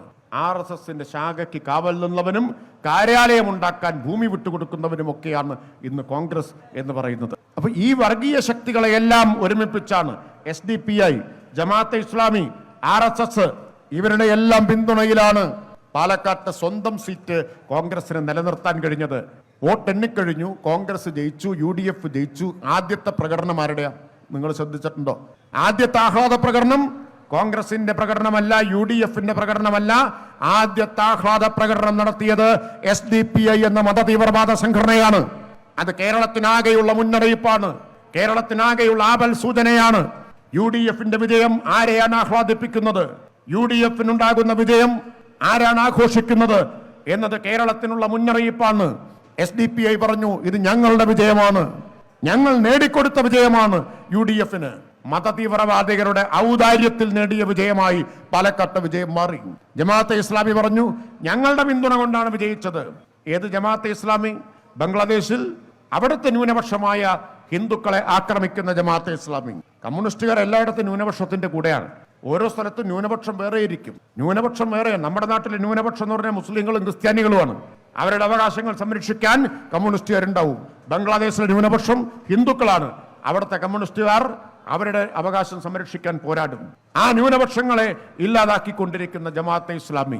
ഈ ജമാഅത്തെ ഇസ്ലാമിയാണ് കേട്ടോ BJPയുടെ കൂടെ ചേർന്ന് കശ്മീരിലെ തെരഞ്ഞെടുപ്പിൽ മത്സരിച്ച CPIMന്റെ നേതാവ് മുഹമ്മദ് യൂസഫ് തരിഗാമിയെ തോൽപ്പിക്കാൻ വേണ്ടി മുഹമ്മദ് യൂസഫ് തരിഗാമി എന്ന കമ്മ്യൂണിസ്റ്റുകാരനെ തോൽപ്പിക്കാൻ ജമാഅത്തെ ഇസ്ലാമിയും BJPയും ഒരുമിച്ച് സ്ഥാനാർത്ഥിയെ നിർത്തി. ഇവർ ഇരുകൂട്ടരും ഒരുമിച്ച് സ്ഥാനാർത്ഥിയെ നിർത്തിയിട്ടും അഞ്ചാമത്തെ തവണയും മുഹമ്മദ് യൂസഫ് തരിഗാമി അരിവാൾ ചുറ്റിക നക്ഷത്രം അടയാളത്തിൽ മത്സരിച്ച് കശ്മീർ നിയമസഭയിലെത്തി.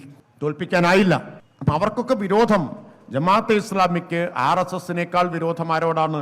CPMനോടാണ്, ഇടതുപക്ഷത്തോടാണ്.